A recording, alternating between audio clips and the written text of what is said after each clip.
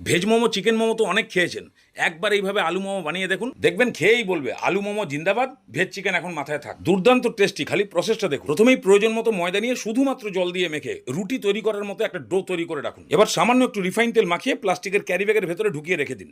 এবার আলুর পুর তৈরি।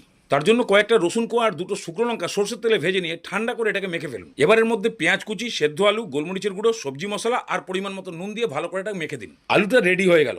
এবার ময়দাটা বার করে ছোট ছোট লেচি করে তার উপরে সামান্য রিফাইন তেল মাখিয়ে তারপরে ময়দা ছড়িয়ে মাখিয়ে রেখে দিন। এবারে জল গরম করতে বসান আর এরকম একটা 1000 ফুটেরই থালার মধ্যে তেল মাখিয়ে রাখুন। এবার লেচিগুলোকে লুচির মতো বেলে নিয়ে 1 চামচ আলুর পুর দিয়ে মাছ বরাবর একটা ভাঁজ করে নিয়ে বুড়ো আঙুল দিয়ে ঠেলুন আর ইয়ং আঙুল দিয়ে ভাঁজ করুন। এইভাবে ঠেলুন ভাঁজ করলে একদম চায়না মাল রেডি। এইভাবে সব রেডি করে ফুটো থালার উপরে রেখে তার উপরে রিফাইন তেল ভালো করে মাখিয়ে দিয়ে ফুটন্ত গরম জলে বসিয়ে দিন।